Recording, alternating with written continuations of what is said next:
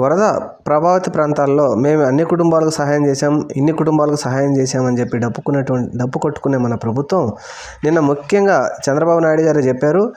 80,000 కుటుంబాలకు సహాయం చేయవలసి ఉండగా కనీసం 8% కూడా చేయలేదు, 15,000 కుటుంబాలకు మాత్రమే చేయగలిగామని. అలాగే నాదెండ్ల మనోహర్ గారి మీద కూడా సీరియస్ అవ్వడం, నాదెండ్ల మనోహర్ మా తప్పేం లేదు, నారాయణ గారు ట్రాక్టర్లు పంపించలేదనో లేకపోతే ఆ వాహనాలు పంపించలేదనో డైరెక్ట్గా చెప్పడంతో ఒక్కసారిగా కంగు తిన్నారు నారా చంద్రబాబు నాయుడు గారు.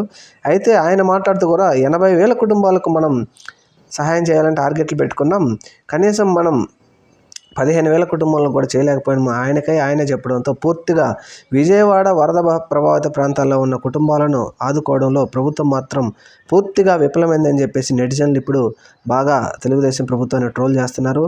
తెలుగుదేశం మరి జనసేన ఈ రెండు పార్టీలు సమన్వయంతో బాధితులను మాత్రం ఆదుకోవడంలో విఫలమైందనే ఇప్పుడు